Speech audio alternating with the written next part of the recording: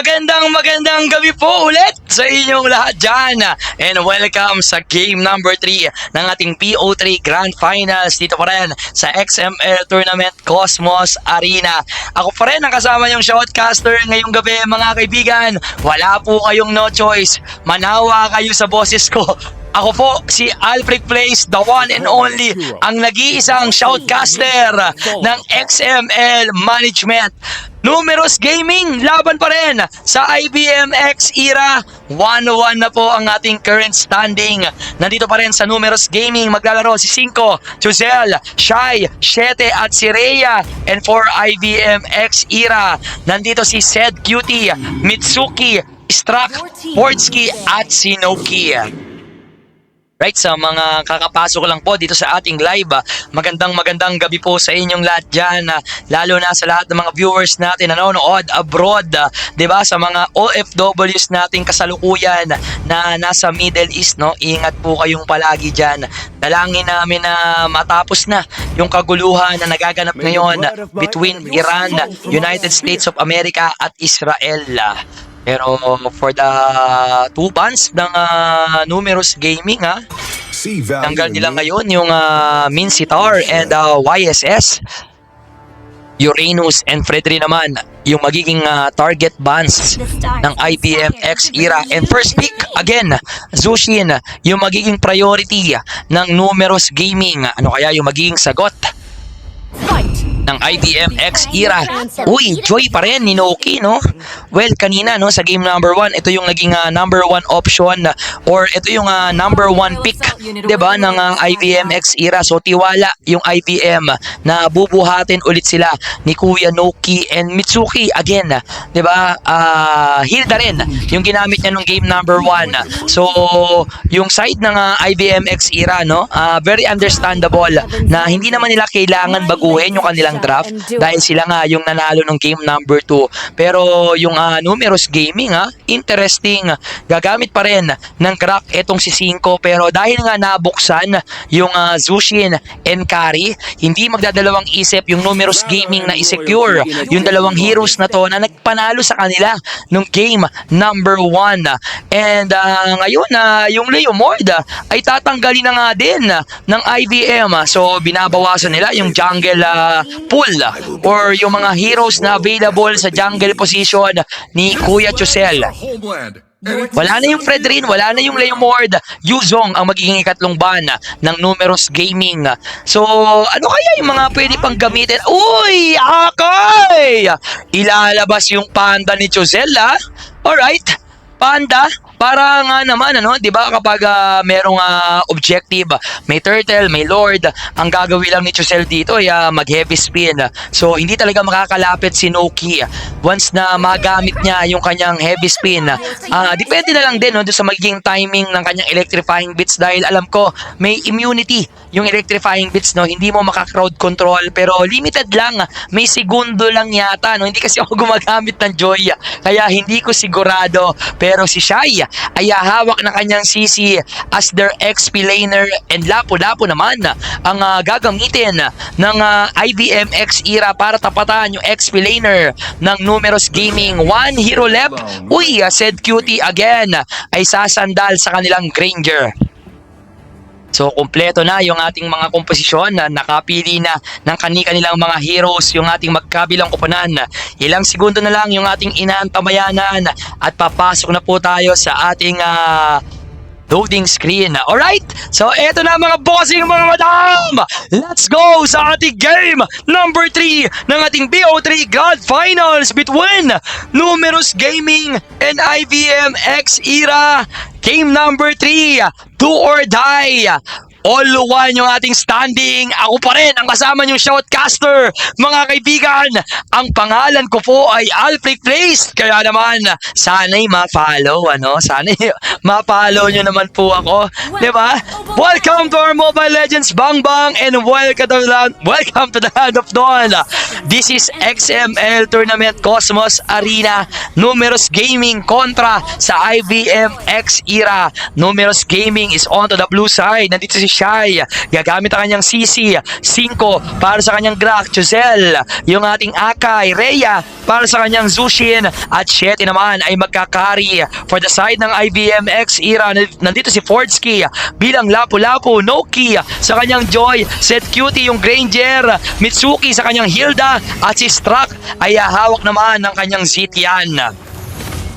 All zero yung ating score, mainit yung ating sitwasyon doon sa gitna. Muntikan ng mapuruan yung ating Hilda, pero ito na si Mitsuki, babambuhin, natatagayan ng mga palakol itong si Shai, ano? Grabe yung damage na meron yung Hilda, men, ano? Early game pa lang, wala pa yan na ganong item na nabibili, pero sa gitna, si Struck ay nababawian kanina. Siya yung nambubuli, pero right now, si Rhea naman, yung nakakalamang in terms of XP against the Zitian ng IBM X era. Transition, etong si 5 sa may kung saan nandoon si Joy, ano, sinisilip maigi ni 5 kung ano ba yung ginagawa or yung rotation ng jungling pattern, I mean, di ba, ng Ninoki para dito sa IBM X era. All zero pa rin yung ating score, no? Medyo tahimik yung ating sitwasyon. Earthen Rampart ay nagamit na nga rin ni 5. Babalibagin ni Rhea yung roamer ng IBM X era, and now Turtle will be available in 10 seconds. Pasok kayo si Shai, yung mga yoyo ipapakainin si Fordsky, yung Turtle ay magiging available. Mitsuki level 3 pa lang, habang si Struck ay level 3, no? Wala pa rin yung Fury of the Phoenix ng ating Zitian. Ganun din naman yung Crimson Beacon ay hindi pa available dito kay Rhea, pero pag-iinitan yata nila si Fordsky. Ito na yung Electrifying Bits, iikot, naku po, yung Beyblade, mapibigyan nga ba? Noki, buhay pa! Nakatakas yung Joy.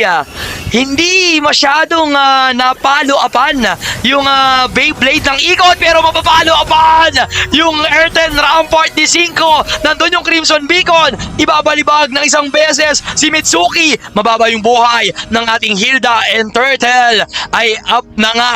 1-0 yung ating score. Naka first blood, mga kaibigan, ang Numerous Gaming, at kay 5 napunta yung kill na yon sa baba ng ating laban. Pero may flicker with the Phantom Step with the Shuriken. Bigla na lang ng gulat si 7. Nag-fake back, pero nag-backfire sa kanya. Pero dito naman sa ating Turtle, may Tectonic Charge na kasagutan. Etong si 5, bagsak yung ating Glock. Naging kapalit si Fordsky. Iikot yung Beyblade. Ito na yung mga Lantern Flare. Lapit si Mitsuki. Electrifying Bits ay available, pero makakatakas with a go-away flicker. Si Rhea, failed attempt. Si Noki na i-take down yung mid laner ng Numerous Gaming, and beautiful escape para dito sa Zushin. Wow! All to yung ating score. Kitang-kita natin yung kagustuhan ng dalawang kuponan na i-outplay yung kanilang mga kani-kanilang katapat dito sa ating laban na to. Si 5 ay naramdaman na doon bababa yung IBM X era. Uy, masasalubong. Ito na yung hambalos na mga palakol na nanggagaling dito kay Mitsuki. Alright, 4 minutes sa ating oras. Ulto yung ating score. Lamang pa rin ang 400 lang ang Numerous Gaming. Ito na mga kaibigan, inaasahan natin na sa susunod na Turtle Objective ay meron na naman tayong makikitang mga casualty, pero first item ay available na nga dito kay 7. Meron na siyang nabili ditong Sky Piercer, ay hindi pala Sky Piercer, Corrosion Sight. And speaking of Sky Piercer, said Cutie ay meron ng Sky Piercer, gagawing numero yung Numerous Gaming. 5, medyo nangalahati yung buhay doon, medyo may kasakita na rin etong si Mitsuki, no? Kanina na-mention ko, kahit walang item yung Hilda, no? Ang sakit nung kanyang normal attack, di ba? Palo-palo lang yung gagawin niyan, yung bato ay pinapalo, pero glowing wand ay meron na nga ring nabili etong si Rhea. Transition tayo sa baba, 1v1 situation. Nakaalala yung kanilang mga rumor, pero mabilisang magdi-disengage dahil yung Turtle ay magiging available na nga.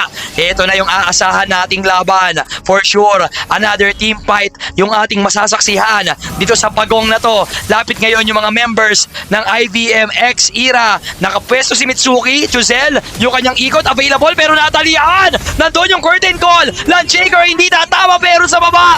Isang off-cam kill dito kay Siete. Uy, yung vengeance ay nagamit. Nagsisipagtakbuhan yung Numerous Gaming and IVMX Era. Susubukang agawin yung turtle na to pero sabi ni Chuzel, akin yan boy. May Crimson Peak on the Tectonic Charge, Mighty Swing pa para dito kay 5 and 1 man down yung IVMX Era. Tatakas na lang muna si Kuya Noki.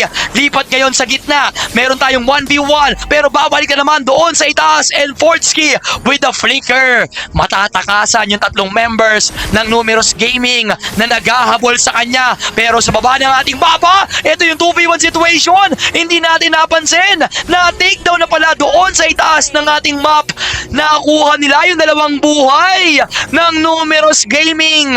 Beautiful engage kahit hindi natin nakita para sa IVMX Era. At ngayon, sa baba, naku po, si Siete, pinagtulungan ng tatlo. Sumalo ng mga bala with a dead Sonata. Another kill. Masisecure ng IVMX Era. At nakuha naman ni Noki yung Torre doon sa may itaas na linya. 6 minutes and 30 seconds sa ating oras, mga bossing, mga madam. Lamang pa rin ang Numerous Gaming. Rather yung ITMX Era. Kung titingnan natin yung mga items nila ngayon, ang yaman ng Granger, men. 4,800 gold ang daladala ngayon ni Sed Cutie at dalawa na yung kanyang core item, no? Meron siyang Hunter Strike at nakabili na nga rin kanina pa ng kanyang Sky Piercer. Actually, pangatlo na yung ating iniintay na pwedeng buuin ni Sed Cutie, no? Kanina pa nagdadala itong taong to ng kanyang kuponan. Siya nga actually yung nagbuhat doon sa kanyang Minsitar. Kaya nila naipanalo yung game number 2. Ngayon yung ating turtle ay magiging available. This is the last turtle para sa ating game number 3. Chuzel goes in. Ito naman yung pagpasok din ni Mitsuki. Lalapit ba si 5? Pero may mga nakalalay na lantern player dito kay Rhea. 1v1 situation sa may bandang gitna. Ito yung microhan ni Shoy. Laban dito kay Sed Cutie. Pero turtle ay sisimulan na ng IVMX Era. Ops, si 5, ilalaban ba yung objektibang to? Available yung kanyang Tectonic Church, ha? Pero yung retry, isisecure na nga rin ni Kuya Noki. Kahit umikot si Chuzel, ay hindi pa rin maagawan ng retribution si Kuya Noki. Lipat ngayon sa gitna yung mga tropa ng IVMX Era. Nasa gilid, si Mitsuki. Lapit ngayon yung Hilda. Tectonic Charge na tatlo!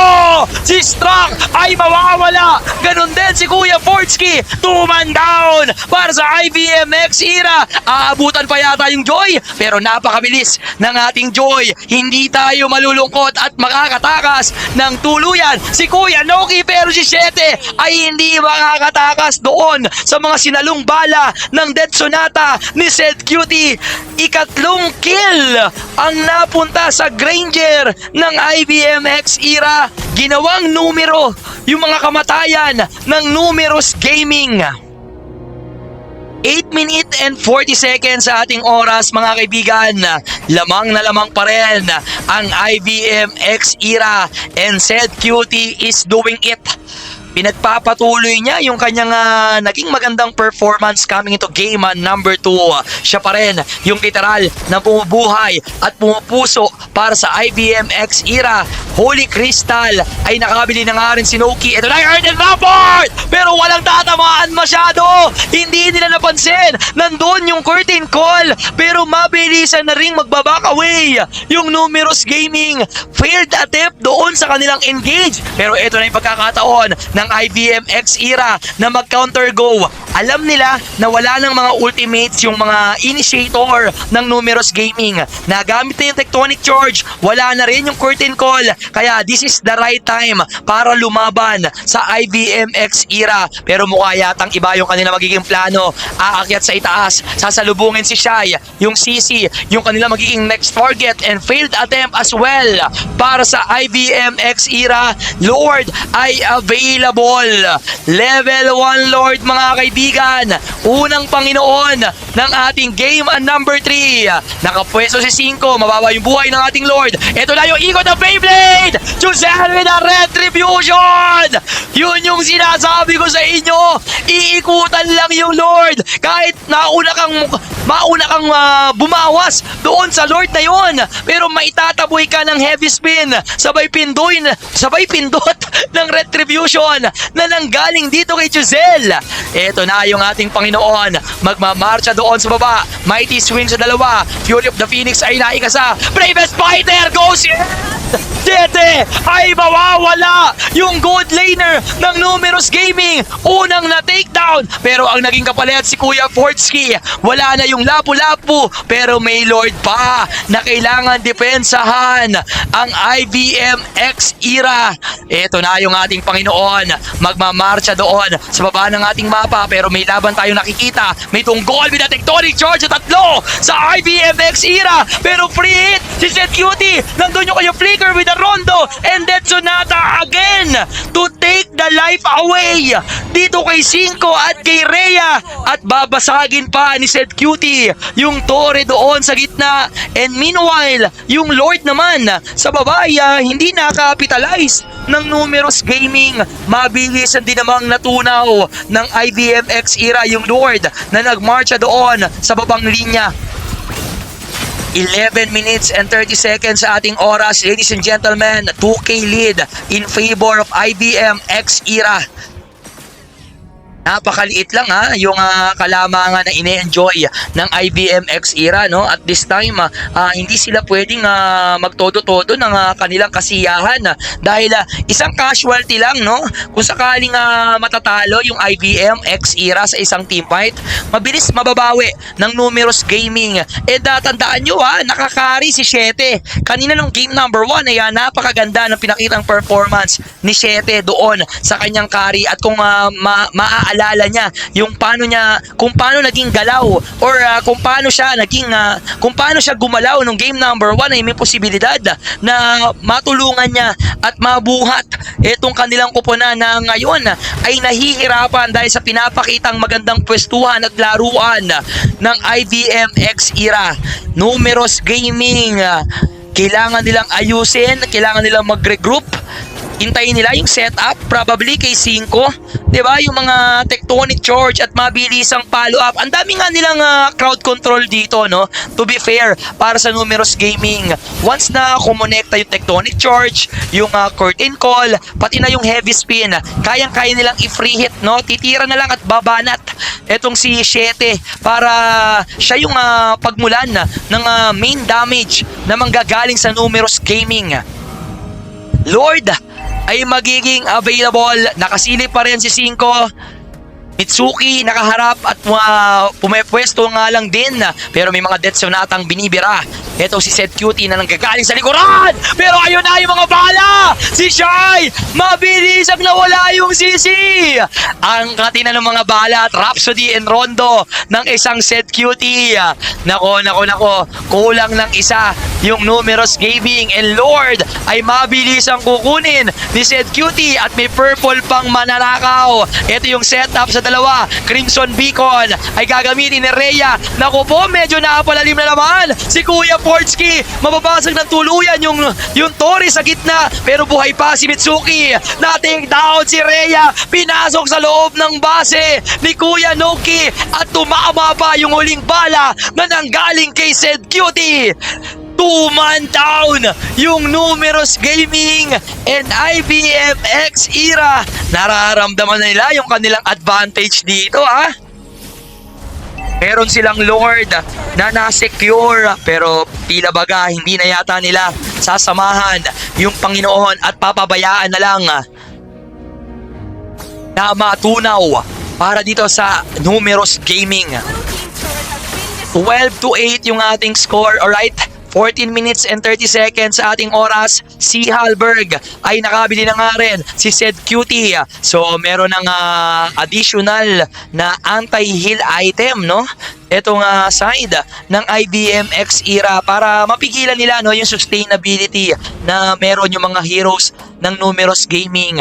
Ngayon na wala nang tore na nakatayo para sa Numerous Gaming, all inhibitor turrets na lang ang kanilang aasahan.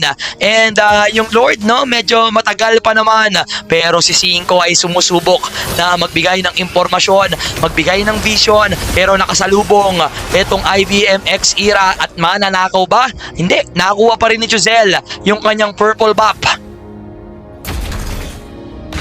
5k lead para sa Numerous Gaming. 5,000 yung kalamangan ng Numerous or ng IBM X era. 12-8 yung ating score, right?